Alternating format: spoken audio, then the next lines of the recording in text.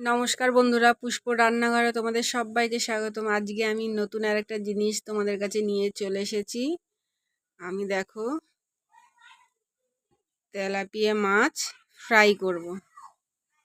আমি ভালো করে পরিষ্কার করে ধুয়ে এইভাবে কেটে নিয়েছি, যাতে ভেতরে মশলাটা ঢোকে। পুরো একদম মাথা থেকে লেজা পর্যন্ত আমি এরকম কেটে নিয়েছি। এখন আমি দিয়ে দেবো লেবু।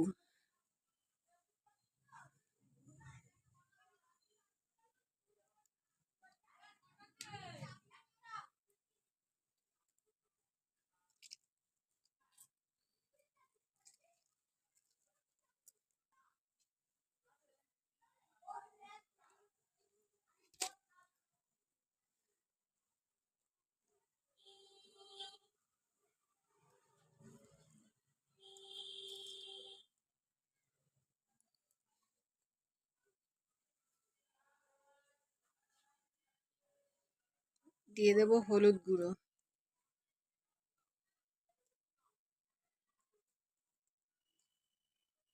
দিয়ে দেবো লঙ্কার গুঁড়ো।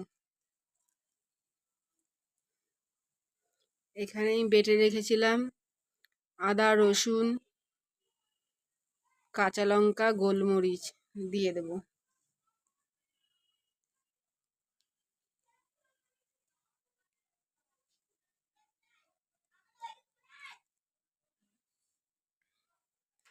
স্বাদ মতো লবণ দিয়ে দেবো।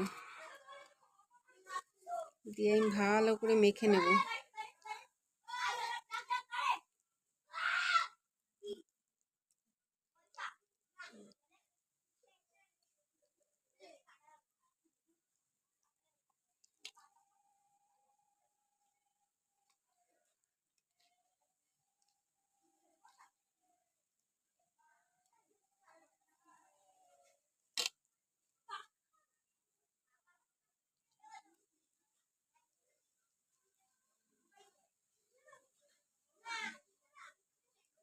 তোমাদের যদি ভালো লাগে তোমরা এইভাবে একদিন করে খেয়ে দেখতে পারো, দারুণ লাগে।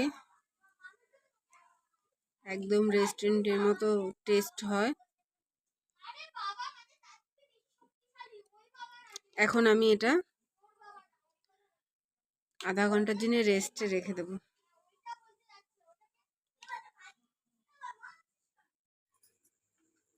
বন্ধুরা, আমার আধা ঘন্টা মেখে রাখা হয়ে গেছে। এদিকে কড়াতে আমি তেলও দিয়ে দিচ্ছি। কড়া না, এটা তাওয়া। এখন আমি মাছটা ফ্রাই করে নেব।